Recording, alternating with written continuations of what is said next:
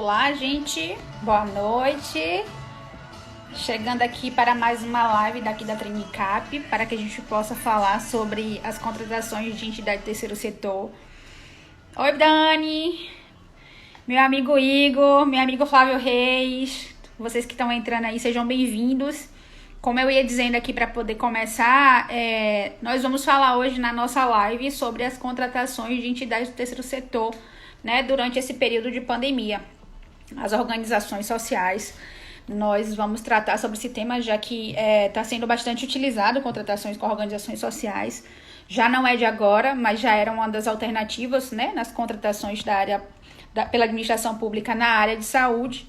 Inclusive, nós fizemos um seminário no início de março, aqui em Salvador, direto de BH para assistir a aula. Que bom, eu fico feliz. Vamos misturar nossos estados aqui. Aqui na Bahia é coração de mãe, sempre cabe todo mundo, sejam todos bem-vindos.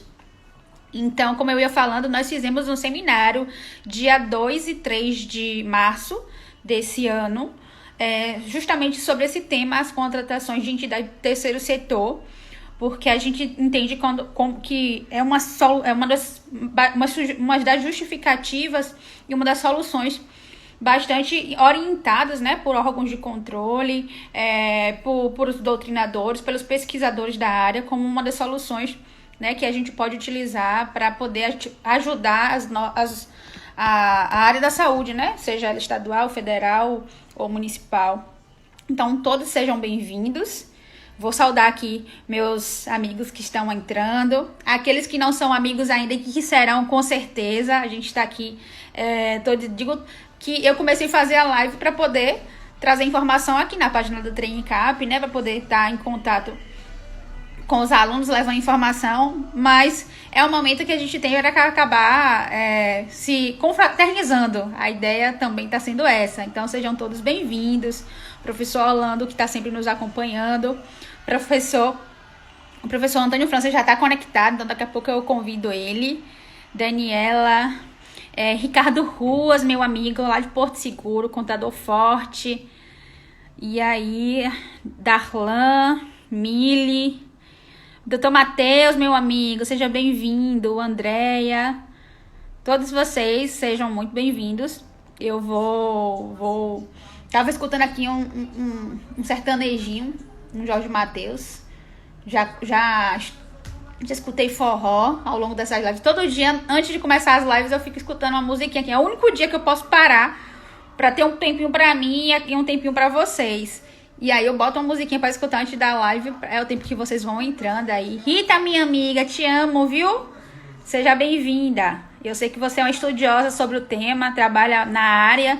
Sei que vai ser espero que seja muito proveitosa para você essa live de hoje. Tiago, meu amor, seja bem-vindo também. Tá todo aqui todos os dias conosco. É um prazer ter você aqui comigo, tá bom? Eu vou tentar, gente, convidar o professor agora pra gente começar a nossa live. Antes disso, eu tenho que dar um recado que todo dia eu esqueço antes das lives. Deixa eu baixar aqui o som, que Jorge tá falando comigo aqui. Eu não sei se vocês possam... Ali, eu fico escutando o Jorge, viu? Jorge Mateus. Queria dizer para vocês que as nossas lives, elas também são transmitidas no YouTube e elas ficam salvas lá. Então, quem quiser acompanhar também pelo YouTube, pode chegar lá e conectar. Tem gente que assiste pela TV, né, no YouTube. E também para quem quiser acompanhar depois, tá lá. O professor que acabou de mandar a solicitação, eu vou chamar ele para estar conosco. Só um minutinho, gente.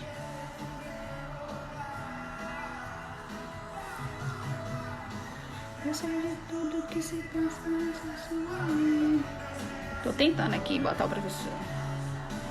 Você que diz em mim quando está sozinha. Isso fala que esse amor tá frio. Seja bem-vinda, Fabiana. Opa! Professor França, seja bem-vindo.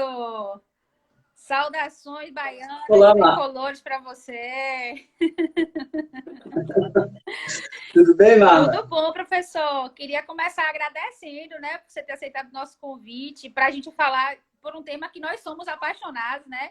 temos uma afinidade enorme para falar sobre ele. Então, eu acredito que será uma hora muito rápida que se passará aqui, porque é um tema tão legal de falar e um tema tão efetivo, né? Porque traz um resultado prático, né, para os municípios, órgãos públicos que estão implementando a contratação de entidades do terceiro setor.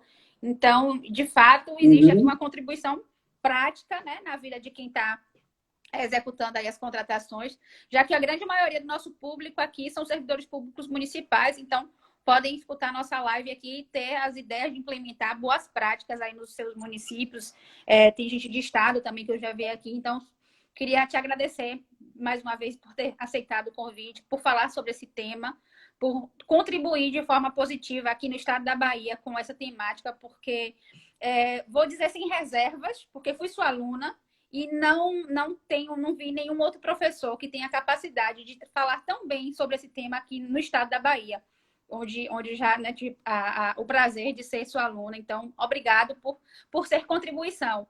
E mesmo quando não fui sua aluna, mas acabo sendo administradora de um grupo de WhatsApp, de uma turma de pós-graduação, que até dou aula lá também. E os alunos sempre falavam, teve um aluno que falou assim, Marla, o que eu aprendi de Miroski foi com o professor França. Pegue o material dele e leia, que você vai estar por dentro de tudo. Então, você já era referência antes mesmo de eu ser sua aluna nessa temática específica que foi a 13019. Então, muito obrigada, viu, pela contribuição que você foi para mim e para vários alunos, que eu tenho certeza disso. Eu que agradeço o convite aí da TVCAP, agradeço a você pelas palavras carinhosas, mas na verdade é que eu faço muito amizade em sala de aula, né? Aí os alunos acabam colaborando com a avaliação, né?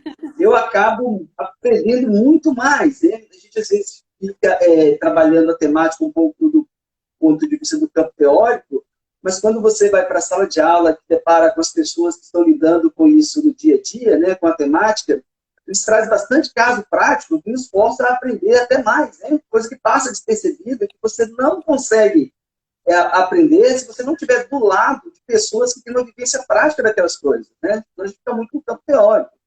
Agradecer os colegas que estão entrando aí, né, na sala, tem um colega meu lá de Minas também, ele sempre acompanha, ele gosta da temática também, né? E agradecer a todos, né? Já tem aluno seu aí dizendo, Rita foi sua aluna, Ricardo foi seu aluno, Fabiana foram seus alunos, aí todo mundo, professor. Eu tenho certeza que Vitor Marcial Tribunal fez uma live comigo. Aí, tudo, aqui. Tudo amigo. Aí ele falou assim, Marla, é uma live de conhecidos. Quando você trata com um monte de conhecido, assim, é bom demais, né? Você tem um monte de gente torcendo por você. Aí ele falando, não, a minha live, até minha mãe acompanha a live dele, que ele falando. Começou a live saudando bem sua manhinha. Eu sempre falo com os alunos, né? A gente até não pode saber a resposta, mas a gente sofre junto, né? A gente sofre junto, porque e o problema agora, nesse momento de pandemia, é exatamente o pouco tempo que os gestores vão ter para ter dúvida e agir. É verdade. Às vezes, em algumas transações, seja de natureza convenial ou de natureza contratual, há um tempo maior para os gestores tirarem dúvidas com as suas assessorias, as assessorias estudarem o assunto e aí tomar uma decisão.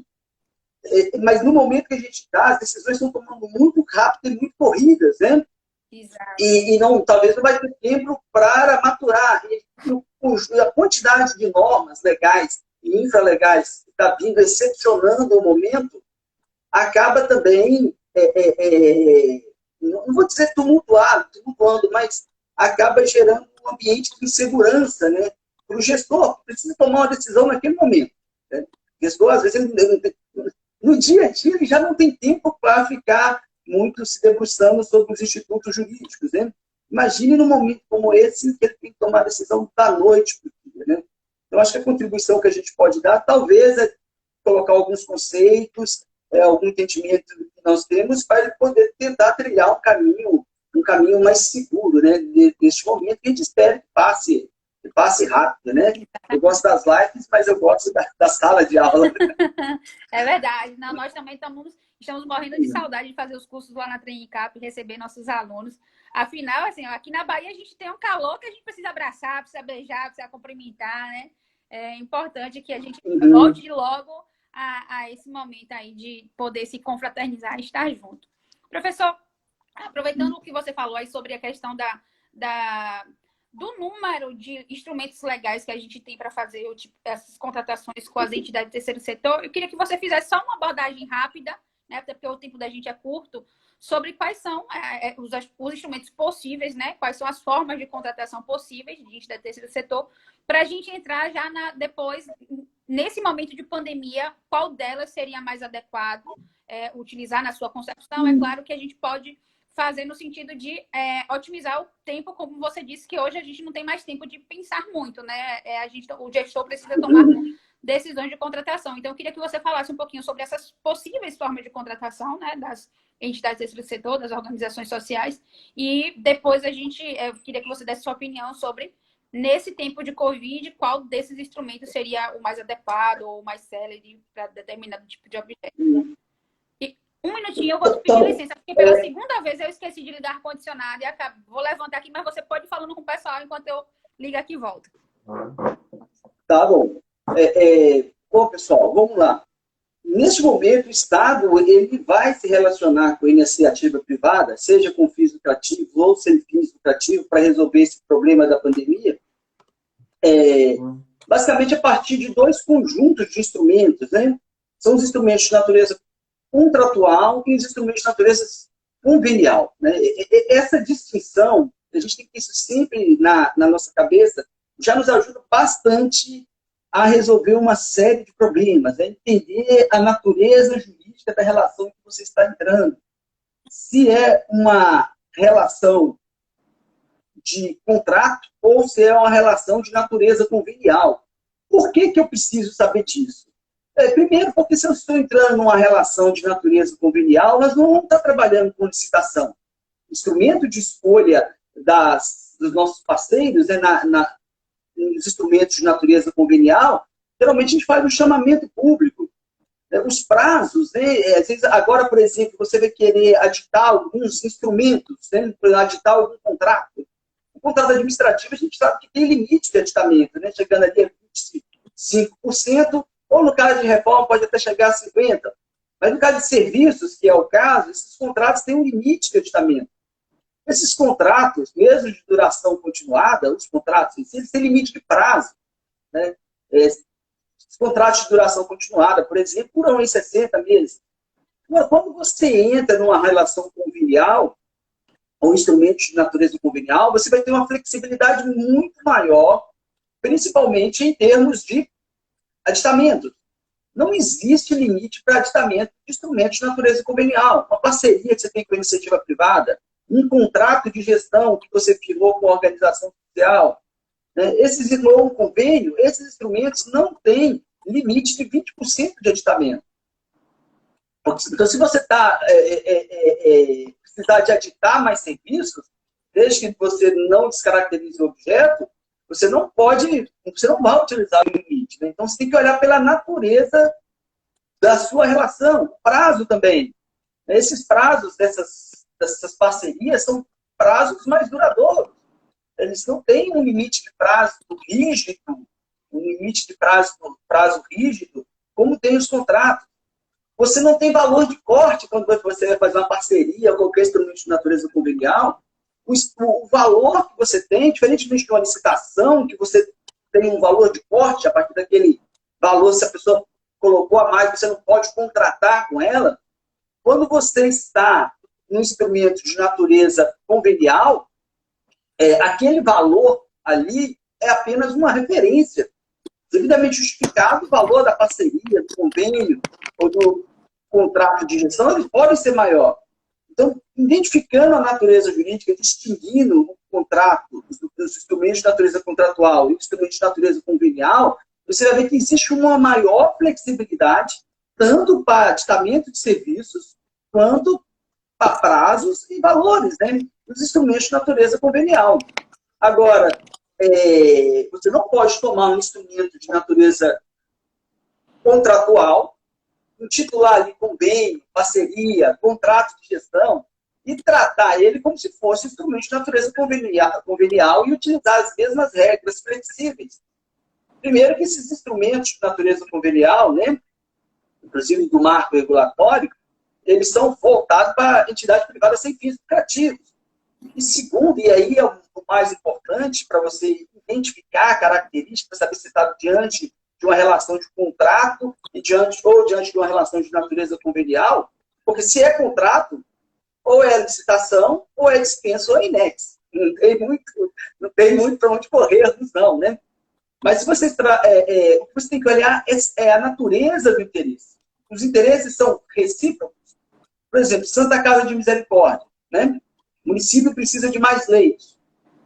Poderia fazer algum convênio com a Santa Casa para ampliar a capacidade instalada da Santa Casa? Muito provavelmente sim, né? Santa Casa é uma entidade privada sem fins lucrativos. O interesse dela aí converge no mesmo sentido do interesse do município, do interesse do Estado. Agora, se você vai comprar equipamentos, por exemplo, de uma empresa, aquela empresa não está com o mesmo interesse do Estado. O Estado ele quer efetivamente resolver o problema de saúde, principalmente nesse momento. A empresa, geralmente, ela quer uma contraprestação pecuniária pelo serviço prestado. Os interesses são opostos. Enquanto o Estado, o município, ele quer a saúde, a empresa, no caso ali, ela está querendo a contraprestação pecuniária pelo serviço prestado. Dá um alô aí para o pessoal lá de Caxias, né? Minha filha acabou de entrar, Bárbara também está entrando, né? Então, às vezes você pega, por exemplo, brotou-se muito aqui no estado da Bahia, foi a utilização de termos de parceria com a Organização da Sociedade Civil, com as OCIPs, para colocação de trabalhador, inclusive na área da saúde. Eram parcerias, ou eram instrumentos, basicamente, de natureza contratual.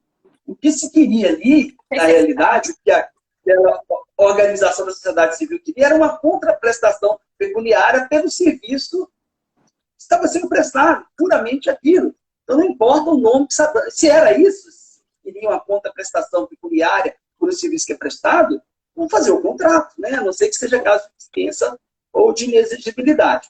Então, novamente, é importante distinguir a natureza jurídica para você aplicar as regras corretas e não levar, e aí é esse o problema também, senão você engessa, não levem, pelo amor de Deus, a lógica do contrato para dentro da lógica dos instrumentos de natureza convenial. Porque senão você mata o instrumento. Isso é o trato. Contrato de gestão, termos de parceria, termos de colaboração, termos de fomento, né? Se eu trato esses instrumentos como se fossem contratos, eu não precisaria de ter esse instrumento. Faríamos todos contratos administrativos. Então, não leve a lógica dos contratos administrativos para dentro da lógica dos convênios e instrumentos congêneros, porque senão você não vai conseguir entender por que existe tanta exceção, né? Vai começar a botar limite para termo aditivo aí de convênio, de contrato, né? Então, esse é o principal ponto, né? Outro ponto que eu vou chamar a atenção para vocês, que os municípios, acho que a maioria aqui no âmbito do município, né? Falando de município, a professora Alessandra aí, dando um salve para você. Professora Alessandra Prazeres. Quem é? Que eu nem passei. Alessandro, tribunal. Tá vendo? O Alessandro. Pô, o Alessandro é meu parceiro, né? Ô, Alessandro, um abraço, cara. Diana Costa também entrou. Laila Lariel de Minas. Olha. Diana Costa. Ana Luísa entrou também de Caxias do Sul, lá do Rio Grande do Sul, né? O Mike tá aí também. Pessoal, as lives da Trenicap estão fazendo sucesso, sabe? Porque fizeram grandes personagens usar o Instagram. Professor Orlando Gomes não tinha Instagram, começou a usar para participar da live de Trenicap. Professor Alessandro não tinha Instagram e agora já está na nossa rede. Minha mãe criou o Instagram para poder acompanhar as minhas lives. Então, para você ver como é que a live hoje já está fazendo parte aí da rotina das pessoas. Eu tenho Instagram com meia dúzia de pessoas, mas eu só fiz live até agora para filmar minha filha, né? Uns 2 anos. A primeira live que eu estou fazendo é essa aí com vocês. Eu também não tenho muita, como é que se diz, hábito, né? Mas confesso que estou começando a gostar das ferramentas. Então, o município... Eu comecei fazendo da necessidade de levar a informação pela Trainicap. E hoje é um momento como se eu estou me sentindo no interior, quando eu morava no interior, que ia na praça de noite, dá um passeio, você encontra seus colegas, seus amigos, vai batendo papo, senta um pouquinho. É o momento da minha live aqui, né? Porque como eu venho quase todos os dias pela Trainicap, aí vou encontrando bons colegas que vão entrando aqui. Meu amigo Ícaro, doutor João Pinheiro lá de Crisópolis. Tanta gente legal, bacana, que a gente vai acabando todo dia se encontrando. Então, a live acabou que sendo que é minha praça, a hora que eu tenho de desconectar da ponta de trabalho, porque quem está na linha de frente aí, como eu e vários outros colegas que eu sei que estão logados aí, tá complicado, tá muito tenso, né? A demanda é enorme de trabalho. Sim. Sim. Então, aí, Carol também entrou, o Emerson. Bom, os municípios e os estados também, né? No geral, eles estão em duas frentes, né, em dois pontos, numa relação de natureza convenial, né? Uma hora, eles estão recebendo recursos mediante convênio firmado com a União, em outro momento, eles estão repassando recursos para entidades privadas sem fins lucrativos. Aí sim, se valendo bastante do marco regulatório ou da lei das organizações sociais.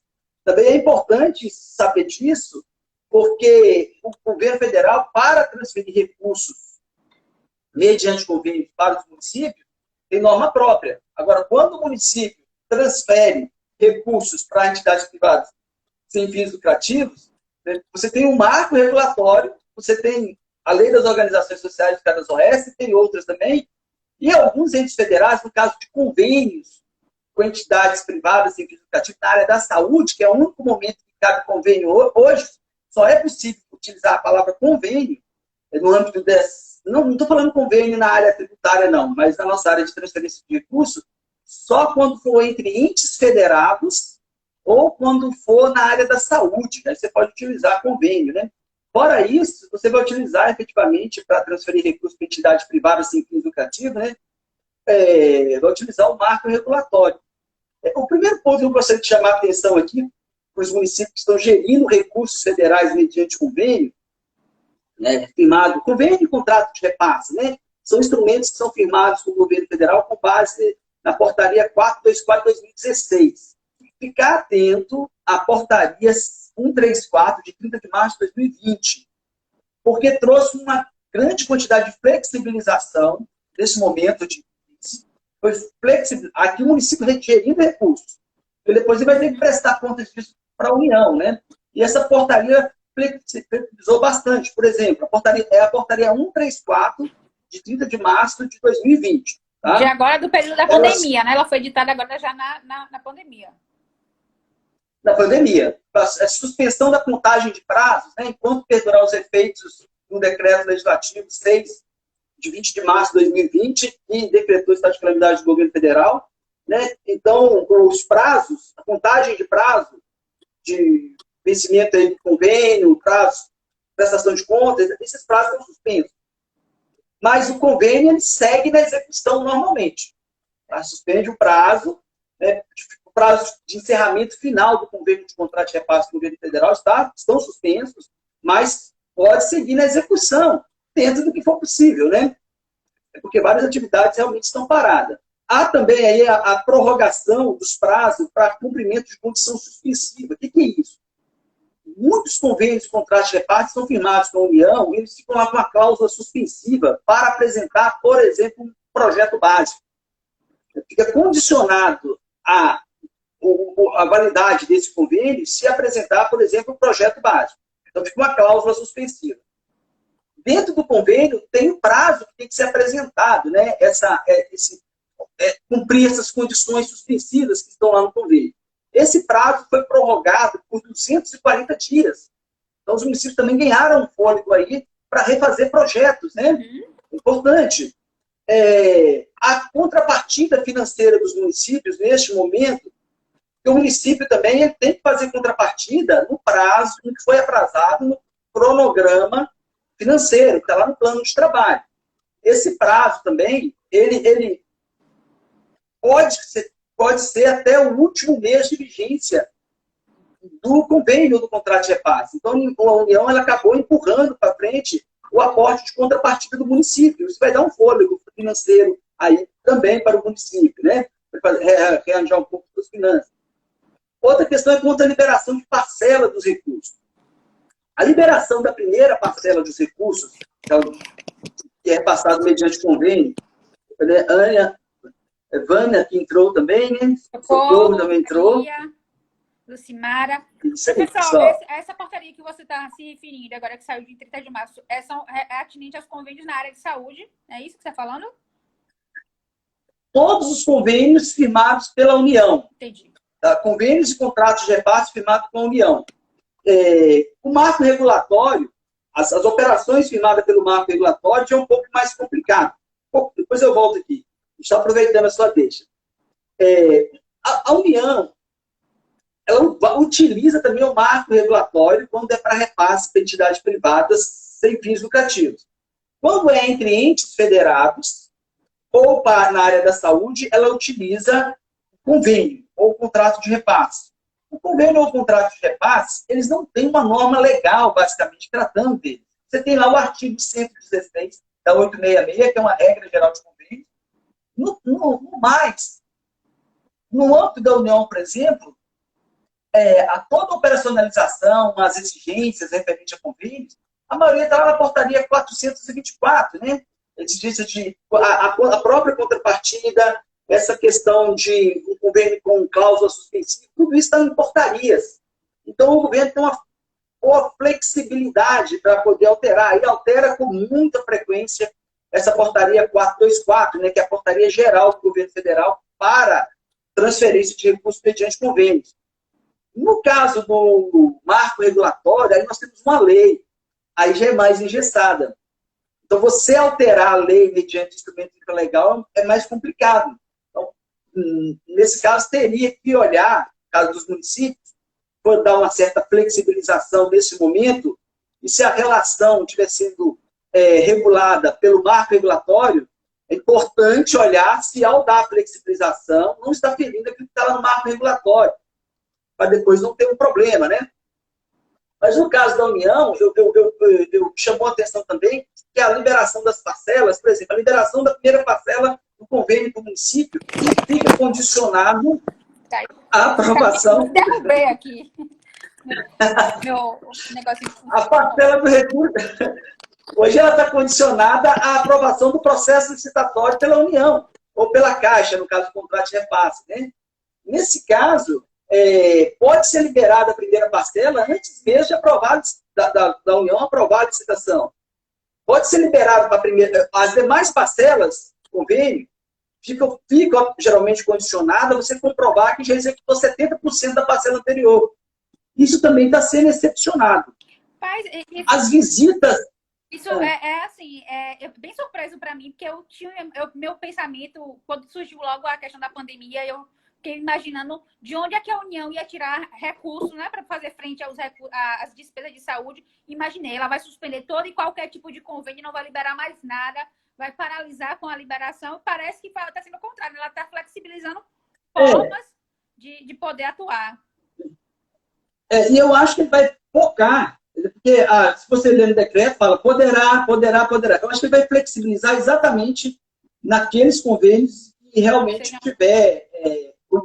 Eu acho que a ideia me parece ter sido essa. Entendi. Inclusive as visitas em loco, porque outra regra de liberação de recursos do governo federal também são vistorias em loco. Ele vai lá, visita, vê se já está ok, aí continua liberando recursos. Essas visitas aos locais e visitas em loco poderão ser excepcionadas também. E o recurso ser liberado sem a visita em loco. E o repassador olha uma outra forma de verificar, né? De repente olhando ali, foto de satélite, enfim. Não sei mais alguma coisa interessante dela. Vale a pena a leitura, né? Ela realmente flexibilizou bastante a liberação dos recursos, é a portaria 134 de 30 de março de 2020. Tá? Vale a pena dar uma checada nela. Obrigada por trazer também essa novidade. E aí, Fabiano, ele faz uma pergunta falando sobre a questão da antecipação, né, permitido pela essa portaria, mas ele pergunta sobre o termo de colaboração. Professor, o termo de parceria e de colaboração firmado entre a entidade e o órgão público, como se faz o pagamento da primeira parcela? Alguns municípios entendem como antecipação de pagamento. O que que você tem para poder falar aí? Principalmente agora, a Mas, gente vai falar um pouquinho sobre as contratações de OF, e algumas coisas pela é, 319. E aí as entidades estão todas precisando de recurso para poder, né, fazer essas grandes contratações. Como é que aconteceria isso? Me parece que a pergunta que ele fez está dentro do marco regulatório, Isso, né? do Mirovski.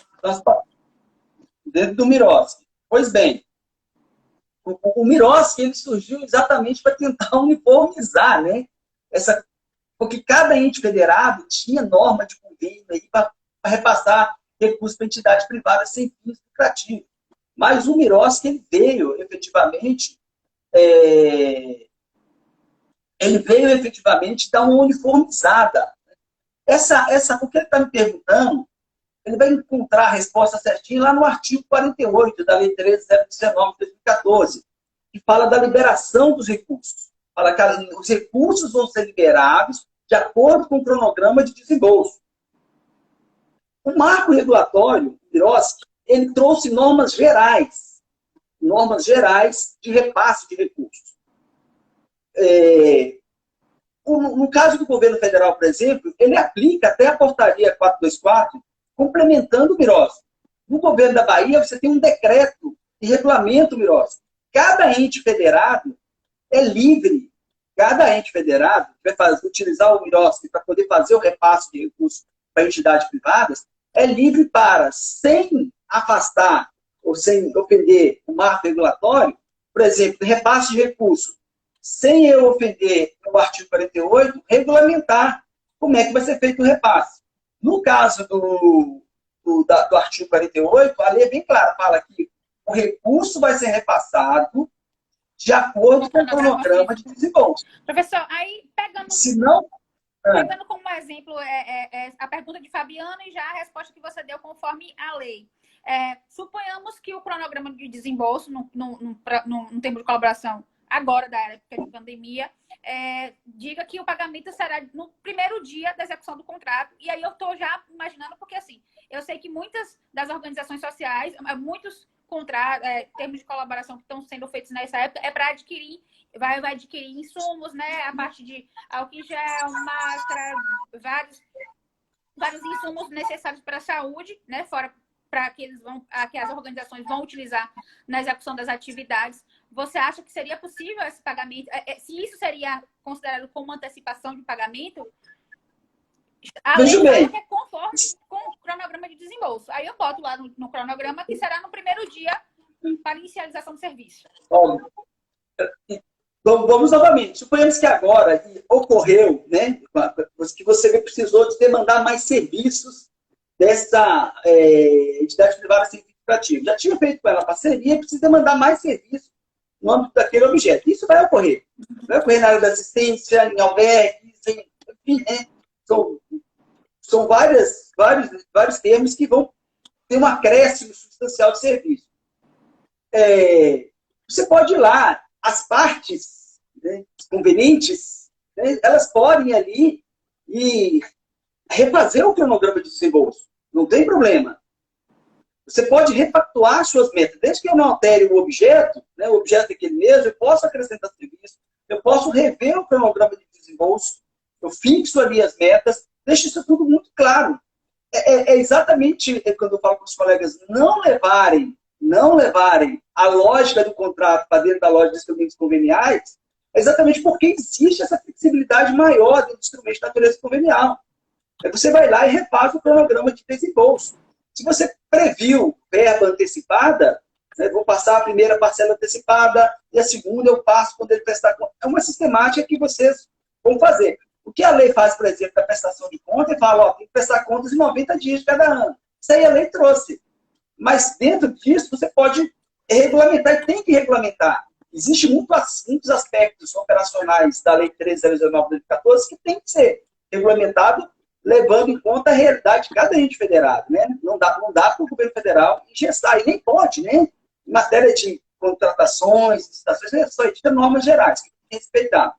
Então, não tem problema de ir lá e alterar o cronograma de desembolso, mas isso tem que ser feito acordado.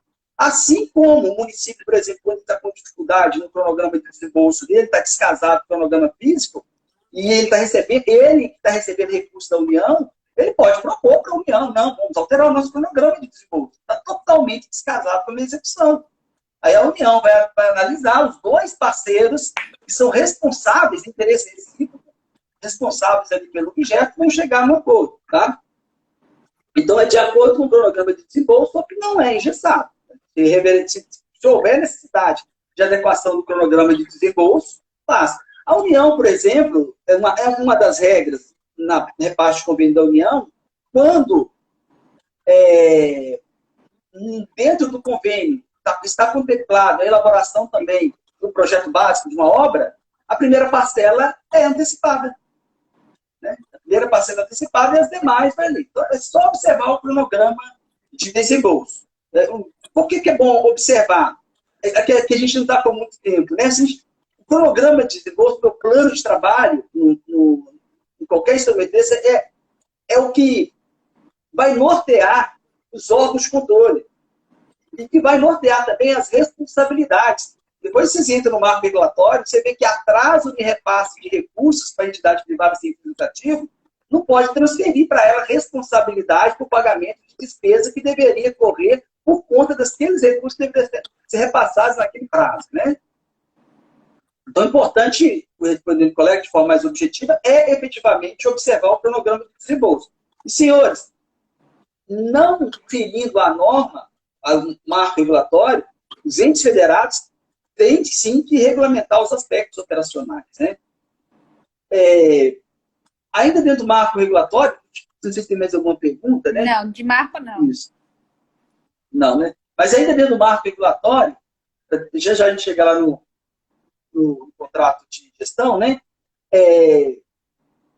O marco regulatório, ele traz também a possibilidade, nesse momento, né, de situação emergencial por 180 dias e, caso de urgência por 180 dias e o caso de calamidade, não tem prazo, né?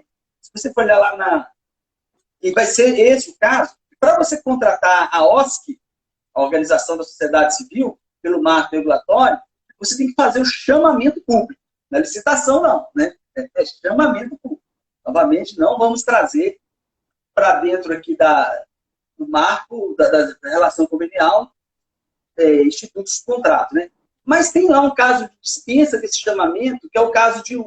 Tem vários, né? Mas tem o caso de urgência, que é por 180 dias, e tem por calamidade pública, guerra, calamidade pública, grave perturbação da ordem, né?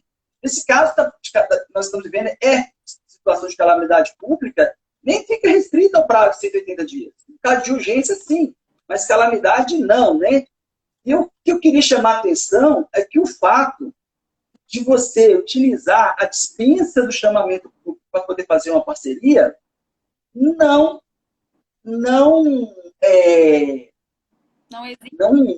exonera de você tomar os outros cuidados. Como, por exemplo, o órgão avaliar se ele tem capacidade técnica e operacional para fazer aquela parceria. Se ele está designando os gestores da parceria. Se ele tem uma comissão de monitoramento e avaliação daquela parceria. Né? Se a parceria tem as cláusulas necessárias. Né? A questão da prestação de contas. Ou seja, você não fazer o chamamento para escolher qual vai ser a entidade privada significativa com a qual você vai firmar a parceria, não te exonera de fazer todo o resto. Né? Você vai ter que fazer, inclusive, avaliar a capacidade técnica da entidade privada sem fins lucrativos para executar aquele objeto. Tem que dar publicidade, né, do processo de dispensa de chamamento. É emergencial, é calamidade, vamos fazer a dispensa do chamamento. Você vai ter que ter uma justificativa publicada na internet, qualquer cidadão vai poder ir ali no prazo de 5 dias impugnar, o gestor vai ter que analisar e dar uma resposta. Se estiver errado, ele vai ter que revogar aquela dispensa. Então, o dever de transparência também, né? Publicar na internet tem essa parte que, nesse momento, gente, essas regras de transparência tem que ficar muito, muito claro, né? Professor, Oi. Josélia, ela falando sobre termos de colaboração e fomento, ela pergunta se, considerando um termo já formalizado entre o município e uma OSC, devido a um momento de pandemia, podemos alterar algumas rúbricas já pactuadas, Por exemplo, para a compra de materiais, ela dá álcool aí. Pode, dentro do objeto, pode sim. Dentro do objeto não tem problema. Tá? Ah, mas vai passar dos 25%. Esquece esse limite dos 25%. Ah, mas o prazo da parceria... As parcerias, elas são para durar longo prazo mesmo. Né? O contrato de gestão que a gente vai ver, tem um projeto de lei novo, nem para tratar de contrato de gestão, ele está prevendo um prazo inicial do contrato de gestão de 15 anos. Então, é outra lógica, né? Exato. Então, sim, pode rever. O importante é que isso fique tudo documentado. Né? Eu estou só até querendo achar aqui qual que é o conteúdo da transparência, né? O conteúdo do que tem que ser publicado na internet. Aí, ó, conteúdo mínimo da informação. Isso é importante. Na parte de transparência e controle, lá nos artigos 10 e 11, né?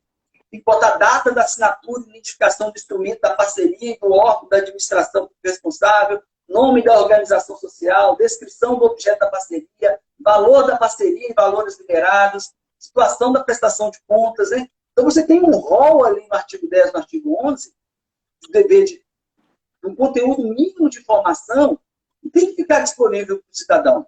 E a partir do momento que o gestor vai colocando isso, botando isso disponível, isso vai mostrando a questão da boa-fé do gestor, né?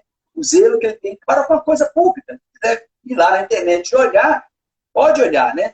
Porque eu só falo novamente que quem for fuçar a internet para olhar, tomar cuidado novamente para não achar, ver coisa, nossa, né?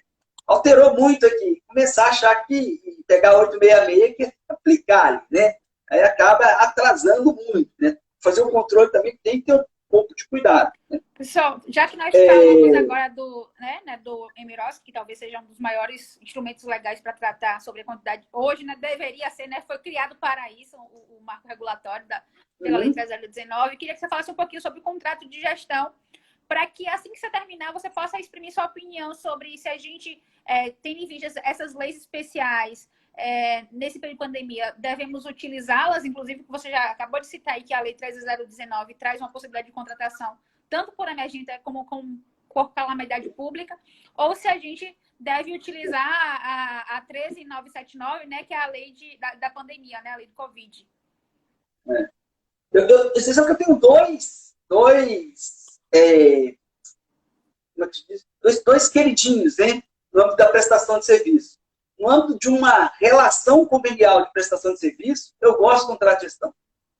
No âmbito de uma relação contratual de prestação de serviço, eu gosto das parcerias público-privadas. Mas ali é relação contratual. Né? O contrato de gestão, de contrato não tem nada. Aquilo ali é instrumento de natureza convenial. Né? A DIN 1923 do STF já se pronunciou sobre isso.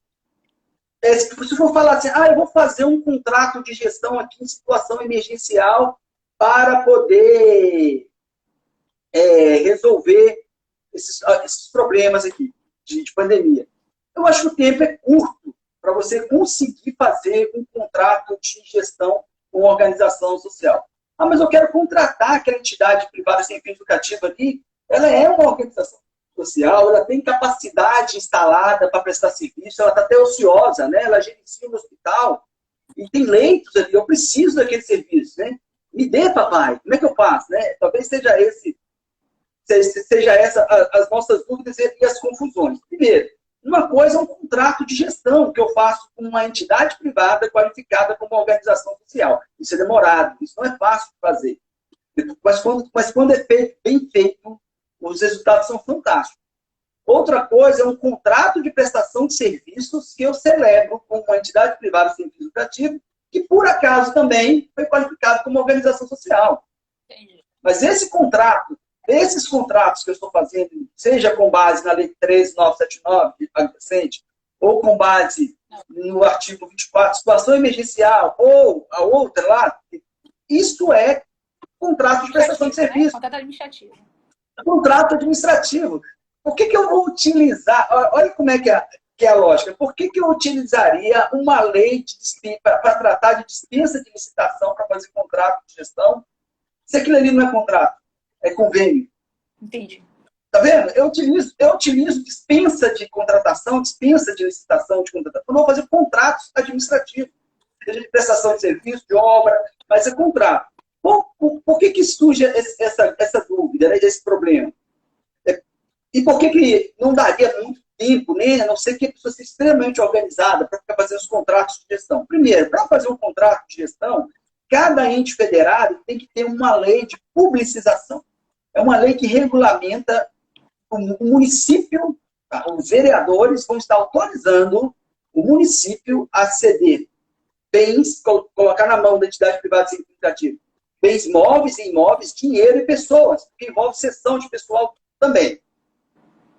Para isso precisa de uma lei, não basta a lei federal, tem que ter a lei municipal. Segundo, para criar, dentro do processo de qualificação, tem uma coisa muito importante aqui, que é criar dentro da estrutura da organização social um conselho de administração. Esse conselho de administração ele tem competência deliberativa até para extinguir a própria entidade privada significativa. E esse conselho deliberativo tem 2 membros que são importantes ali dentro. Um é um representante do poder público, que vai estar ali. Outro é representante da comunidade beneficiada pelos serviços que vão ser prestados por aquele contrato de gestão. Esse conselho, ele que vai, inclusive, aprovar as metas do contrato de gestão. Então, sem esse conselho, não tem como isso aí falar. Outra, eu vou ter que ter um plano de cargos e salários aprovado pelo conselho, para não pegar todo o dinheiro do contrato de gestão e desviar pagando altos salários para o pessoal da organização social. Outro ponto, eu vou precisar de ter um regulamento próprio de contratações. Aí sim eu vou conseguir qualificar a minha organização social. Isso é uma coisa. A partir do momento que eu qualifiquei a minha organização social, celebrei com ela um contrato de gestão, que sei as metas que tinha, a Lei 86666, está lá, um dos casos de dispensa de licitação, ela permite que aquele ente federado, o ente federado, possa dispensar a licitação para fazer outro contrato, um contrato de prestação de serviço, com aquela organização social no âmbito dos serviços que ela já presta daquele contrato de gestão. É um fomento a mais para ela. Esse é um dispositivo que causou muita confusão por muito tempo na aplicação. Muita gente contratou o contrato de gestão, o contrato mesmo, desse artigo, inciso do artigo 24. Ele falava, mas a dispensa de licitação não é dispensa de licitação, porque eu faço dispensa de licitação no âmbito de contrato, não de convênio, né? Ali é chamamento. Aquilo ali por exemplo, o município lá de São Paulo, ele tem um contrato de gestão com o Hospital X, e ele precisa de outros serviços. Eu preciso de alguns serviços aqui a mais. Só que eu vou fazer um contrato de prestação, ou seja, alguns vacina, algum outro serviço lá que ele já presta no âmbito de contrato de gestão. Mas eu vou fazer aqui um contrato de prestação de serviço com você. Aqui não é contrato de gestão, é um contrato de prestação de serviço. A forma de fiscalizar, de prestar conta é totalmente diferente. É um contrato normal, contrato administrativo normal de prestação de serviço. Tanto é que, para você fazer esses contratos de prestação de serviço com essas organizações sociais, se você amarra no seu contrato de gestão, você já coloca, olha, você não pode fazer muito contrato de prestação de serviço, não, porque senão você vai inviabilizar o contrato de gestão, por causa da sua capacidade instalada. O contrato de gestão, a gente já dá uma amarrada, né? Olha, o máximo que você pode fazer de contrato de prestação de serviço por fora aí, essa quantidade aqui, senão você vai extrapolar a sua capacidade instalada e as suas metas lá no meu contrato de gestão não vai bater. Né? Quem é que pode utilizar esse dispositivo da Lei 866? É o ente federado que celebrou o contrato de gestão e que vai fazer, e que vai contratar aquela. Mas eu tenho da situação emergencial de calamidade. Eu posso utilizar aquilo ali para fazer um contrato de prestação de serviço, sim, situação emergencial. Tranquilo. Eu poderia, por exemplo, se o valor fosse baixo, eu poderia utilizar o inciso 1 ou 2 lá da lei do artigo 24? Poderia também. Tá? Então, não tem esse... Às vezes, uma situação você consegue enquadrar em mais de um dispositivo ali. Inclusive, é bom que fique documentado. Inclusive, aqui no estado da Bahia, a Prefeitura de Salvador e o estado da Bahia estão utilizando das mais variáveis fontes de fundamento jurídico. Eu vi várias contratações através do 244, né, da Lei 866, vi dispositivo e contratações pela 13979, né? Então, vejo que realmente estão se valendo de vários instrumentos. E aí eu gostaria de saber sua opinião particular. Diante desse período de pandemia, qual que desses instrumentos, quais desses fundamentos você acha que é o mais apropriado ou que seja mais prático da administração usar agora, já que a gente está num período de urgência? A questão não é que é apropriada, é onde cabe, né? Aquele dispositivo que fala que eu posso contratar uma organização social no âmbito do contrato de gestão com o ente federado, por isso eu tenho ele aqui fácil. Eu estou colando, viu, gente? E aqui na frente eu passo algumas telas. Deixa eu ver aqui. Aqui, ó. É o artigo, né? Artigo 24, inciso... Artigo 24, inciso 24, né? Fala que é dispensável a licitação para a celebração de contrato de prestação de serviço. Não fala em contrato de gestão. É dispensável a licitação para a celebração de contrato de prestação de serviços com organizações sociais já qualificada no âmbito das respectivas esferas de governo para atividades que já estão contempladas no contrato de gestão. Então, imagine o município de Salvador já fez um contrato de gestão, já tem um contrato de gestão com entidade privada significativa, bonitinho, firmado, qualificado, etc. E agora ele vai fazer um contrato de prestação de serviços. Aí ele utiliza esse dispositivo. O município vizinho... Que no caso específico dos hospitais de campanha, vários deles estão... não vi nenhum processo seletivo de chamamento público para qualificar... para selecionar as entidades. O que eu já vi foi as contratações diretas. Vi algumas com base na 13979 e vi com 24.4 para as organizações gerirem os hospitais de campanha. Então, é por isso que eu perguntei qual seria o melhor viés nesse sentido. Utilizar... Ou até, nesse caso, você já tem no meu... 19 naqueles dispositivos que falam da possibilidade de contratação de forma emergencial. Agora, veja bem, se o ente federado já tem um contrato de gestão firmado com a organização social e o serviço que ele quer já está contemplado no contrato de gestão, utilize esse dispositivo, porque ele é bem específico no caso. Agora, suponhamos que... do pressuposto que não existe. Aqui são instituições que são contratadas pela primeira vez. Situação emergencial. Ele vai utilizar pode utilizar o 244, né? Mas ele não vai chamar isso de contrato de gestão, pelo amor de Deus. Ele vai chamar de contrato administrativo de prestação de serviços. Entendi. Não é um contrato de gestão. O contrato de gestão é outro. O contrato de gestão você vai transferir pessoas, bens, tem termo de cessão de uso de equipamento, tem sendo como depositário da coisa, é mais complexo. É uma relação mais complexa, uma relação mais longa, tá?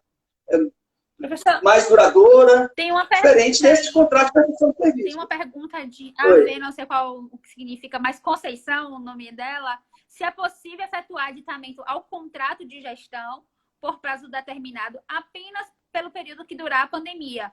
Ela diz pactuar novas metas somente nesse período, por exemplo. Oxe! Se já tiver um contrato de gestão, só vamos fazer uma correção, né? O contrato de gestão não é que ele seja por prazo determinado. É que você pode ir prorrogando enquanto a parceria estiver boa, o contrato de gestão, essa relação estiver boa. Essa é diferente, tá? Ele não tem um prazo máximo, mas ele sempre tem um prazo. Esse prazo foi prorrogando. E sim, claro, você pode pactuar novas metas no âmbito do contrato de gestão. Coloca ali os indicadores, quais são as metas, sem problema nenhum, tá? Não tem problema. O ruim, o difícil é quando você desvirtua o objeto. Mas na área da saúde não tem jeito. Porque quando a entidade assume um hospital, assume um posto, ele vai prestar o serviço que dá para prestar por aquele equipamento ali. Então vai ser mais acréscimo de serviço. Não tem problema nenhum, não. Você pode pactuar metas, sim. Deixa isso tudo muito claro, né, gente? Tem que ser formalizado para quando os órgãos de controle chegarem, verificar que foi feito, tá? Professor. Eu queria só fazer algumas colocações quanto ao contrato de gestão. Tá, agora só temos 5 minutos para finalizar a live. Mas é só aqui a questão, porque o contrato de gestão, aqui especificamente o contrato de gestão, você transfere servidores, né, os médicos, por exemplo, de um hospital, diretores, enfermeiros, técnicos, enfim, no âmbito de um contrato de gestão, vocês são servidores ou empregados da prefeitura, por exemplo. Eles vão ser cedidos com custo para o município.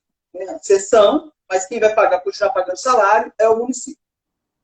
Esses novos empregados, esses servidores do município que agora estão cedidos lá para a organização social, eles não podem receber remuneração com recursos do contrato de gestão. Eles já recebem pelo município, foram cedidos, eles não podem receber, a não ser que eles estejam ocupando uma função, comissionado, né, um cargo de chefia lá dentro da organização social.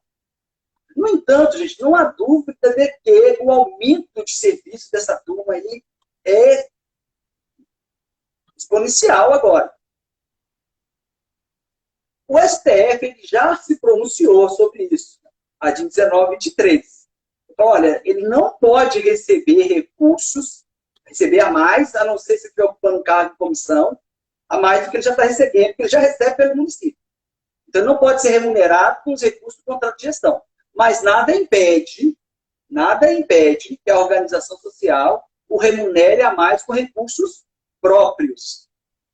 Ela pode pagar mais para ele com recursos próprios, não com os recursos do contrato de gestão, mas com recursos próprios. Eu estou dizendo isso porque pode ser uma saída. Você, às vezes, vai precisar do profissional mais tempo ali, e, cara, eu não vou poder ficar porque eu não posso receber com recursos do contrato de gestão. Eu não posso, a prefeitura não vai me pagar mais. Eu não tem como ficar aqui porque eu... Né, mas a DIN 19 teve, olha, a organização social pode pagar a mais com recursos próprios, pode colocar alguma vantagem a mais com recursos próprios, tá? Então, tem essa válvula aí, só porque pode ser que alguém esteja nessa dificuldade. Pegando o gancho do que você falou sobre transferência de servidores e equipamentos, Alisson Conceição deu faz uma excelente pergunta aí. Considerando o período atual, pode ser transferido toda a gestão de um hospital de campanha, concessão de servidores e equipamentos através de um contrato administrativo, já que não vai dar tempo de fazer contrato de gestão. Tem muita gente fazendo contrato administrativo, sim, com nome de gestão, digo na prática porque já vi, para fazer os hospitais de campanha. Aí ele fala, né? Acho que seria como se você mesclar os dois instrumentos. Eu vejo um pouco duvidoso isso, né? Não é muito comum isso, não. Né? Você fazer isso, você pegar Aí teria que olhar realmente lá 13979 se trouxe alguma exceção, né? De você fazer isso, transferir. Servidor e equipamentos, eu não vi nada nesse Porque na realidade o que você está fazendo aí, nesse caso, você não está contratando um serviço, né? Você está transferindo a gerência de alguma coisa. Fica mais claro que você está transferindo a gerência. Eu confesso à colega que eu teria que realmente dar uma olhada se foi recepcionada alguma coisa nesse sentido. Viu? Porque o que tem ocorrido é o contrário, né? O Estado terceirizar o pessoal, né? Não pegar o pessoal dele e mandar para a iniciativa privada. É verdade, pessoal. Eu confesso que eu teria que realmente, nesse caso, ver se foi recepcionado na Lei 13979, né? Nesse momento de exceção. Estamos no nosso último minuto e eu queria aproveitar para poder te agradecer. O papo é tão rápido e assim, o assunto é tão farto, né? Tão vasto. Mas eu espero que a gente tenha conseguido sanar um pouco das dúvidas das pessoas que aqui falaram. Fazer um salve aqui pro pessoal da Chapada Diamantina, a amiga da gente, Elaine, tá aí falando com a gente. Pessoal de Conceição do Coité, Adelima e Igor. Se eu acho que o seu amigo aqui é Rony Cleidson, de BH. É o Rony, de BH. Rony. Um abraço, Rony. Priscila aqui, Josélia, todo mundo que participou. O nosso momento é muito curto. Priscila conheço também. Infelizmente, e o assunto é muito interessante, né? Já que as contratações, elas estão acontecendo mesmo, essas contratações de terceiro setor nesse momento. A Porto Velho, Jamil, professor Jamil, grande professor, Marcos Matoso, Porto Seguro, Marquinhos, controlador da Prefeitura de Porto Seguro, seja bem-vindo. Tiago, Chique. Então, a galera, assim, a gente vai se encontrando. Parabéns, doutora Marla e o professor Vanessa, provedora da nossa Prefeitura de Coração de Maria. Pego ele presidente, aluna da pós-graduação. Ela vai ser sua aluna, ela, lá na Baiana. Gente, muitíssimo obrigado, professor. muito obrigado pela disponibilização do tempo. Que Deus abençoe você e até a próxima. Espero te encontrar em breve para a gente estar numa aula, na sala de aula, todo mundo junto, num seminário como nós fizemos aqui, não foi com o lixo Benjamin Zila, foi excelente. Obrigado por tudo.